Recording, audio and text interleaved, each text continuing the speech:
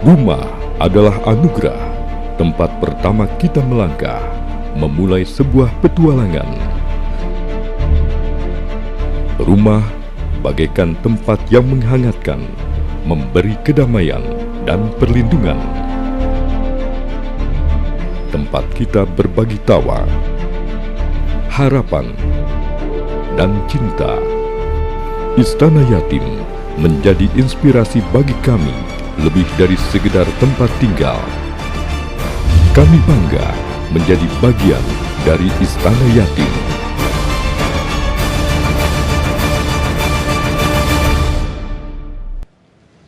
Allahu Akbar, Allahu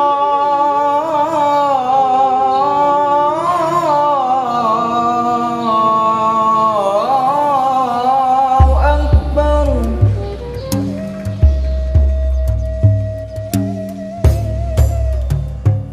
Berawal dari rasa keprihatinan dan kepedulian terhadap kondisi anak-anak yang terpaksa putus sekolah karena orang tuanya telah tiada, Dr. Zairullah Azhar tergerak hatinya untuk meringankan beban mereka dengan cara membentuk lembaga sosial non-formal yang peduli pada permasalahan sosial, khususnya anak-anak yatim, agar mereka memiliki kesempatan yang sama untuk meraih masa depan yang lebih gemilang.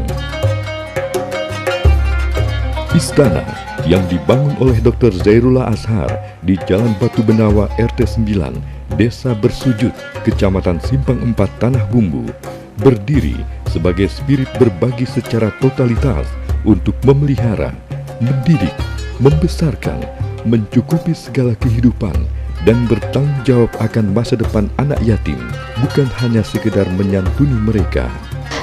Saya sangat bersyukur karena bantuan beliau saya bisa melanjutkan ke sekolah jenjang yang lebih tinggi, yaitu di Akbid Bunga Kalimantan.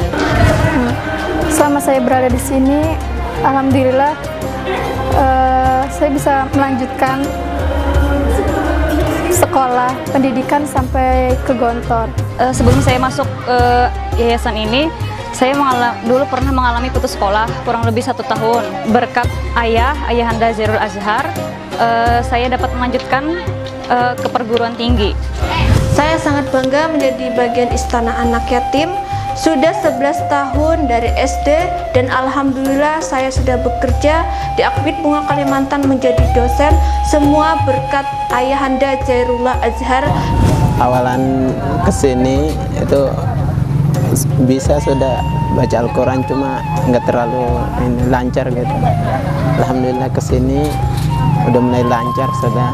Lebih dari 5 tahun saya dibina di Istana Anak Yatim, dan alhamdulillah sekarang saya menjadi hafidz Al-Quran, dan insya Allah saya akan melanjutkan pendidikan di Yaman, semua berkat ayahanda Haji Muhammad Zairullah Azhar. Ayahanda Haji Muhammad Zairullah Azhar ini sangat betul-betul membantu kami sehingga kami bisa bersekolah, dan insya Allah akan sukses untuk ke depan, dan insya Allah akan meneruskan perjuangan di istana ini.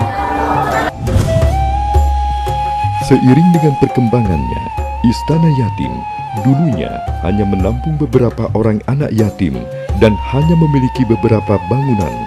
Sekarang sudah menampung ribuan anak yatim yang berasal dari seluruh Indonesia.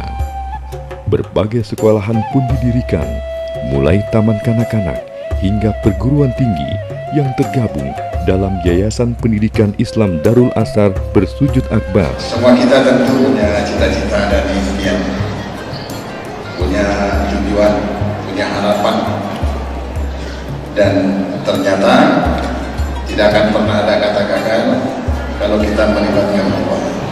Berbagai kegiatan keagamaan untuk menunjang kebutuhan pendidikan mereka sering dilakukan dengan mendatangkan ulama terkenal seperti Ustadz Yusuf Mansur yang mengajarkan cara menghafal Al-Quran dengan cepat.